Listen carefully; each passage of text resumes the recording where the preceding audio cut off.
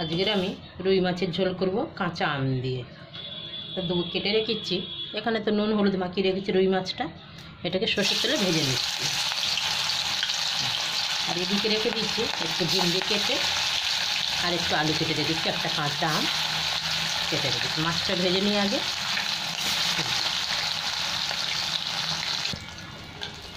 এখানে আমার মাছগুলো সব ভাজা হয়ে গেছে, এবার আমি উঠিয়ে নিলাম।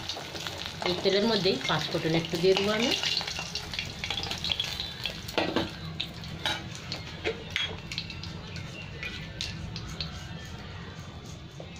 একটু 5 ফোঁটন দিয়ে দিলাম।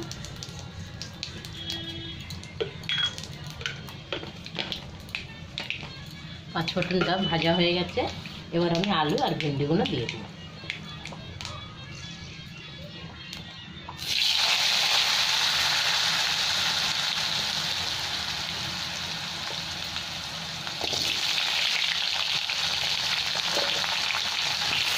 ভেন্ডিগুলো দিয়ে দেবেন, একসাথে ভাজা হয়ে যাবে না।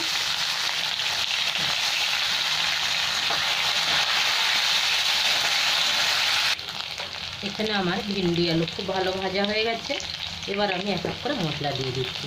এটা দিয়ে দিলাম নুন একটু, এখানে আমি একটু হলুদ দিয়ে দিচ্ছি, এখানে কাশ্মীরি লঙ্কার গুঁড়ো 1 চামচ দিয়ে দিলাম, অল্প দিলাম ধনে পাউডার, এখানে দিচ্ছি জিরে পাউডার। এবার মশলা কটা সব একসাথে ভালো করে ভেজে নেব, তারপরে একটু গরম জল দিয়ে দেবো। অল্প একটু জল দেবো, নাহলে মশলাটা পুড়ে যাবে।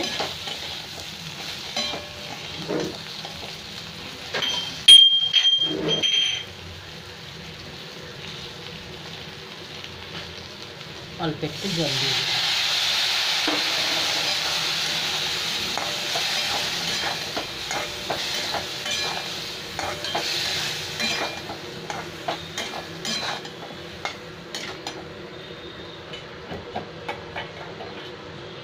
এখানে আমি কাঁচা আমগুলো দিয়ে দিলাম সাথে, 4 টুকরো একটা আম।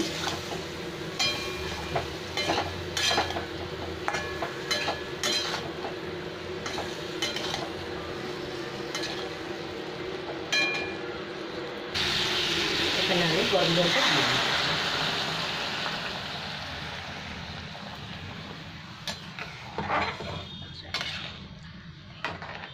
এবার আলুটা সেদ্ধ হয়ে গেলেই মাছটা তুলে দেবো আমি।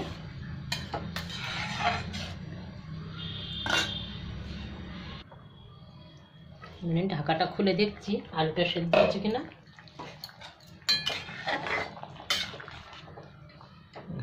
আলু সেদ্ধ হয়ে গেছে, ঝোলও কমে গেছে, এবার আমি মাছগুলো সব দিয়ে দিচ্ছি।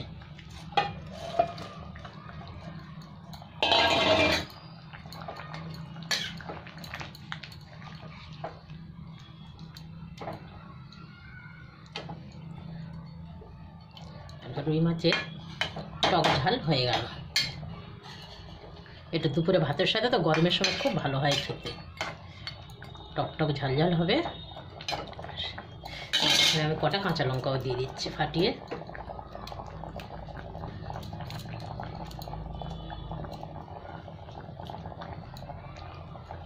আর একটু ফুটে যাবে, গেলেই হয়ে যাবে। আর 1-2 মিনিট ফুটিয়ে নেব।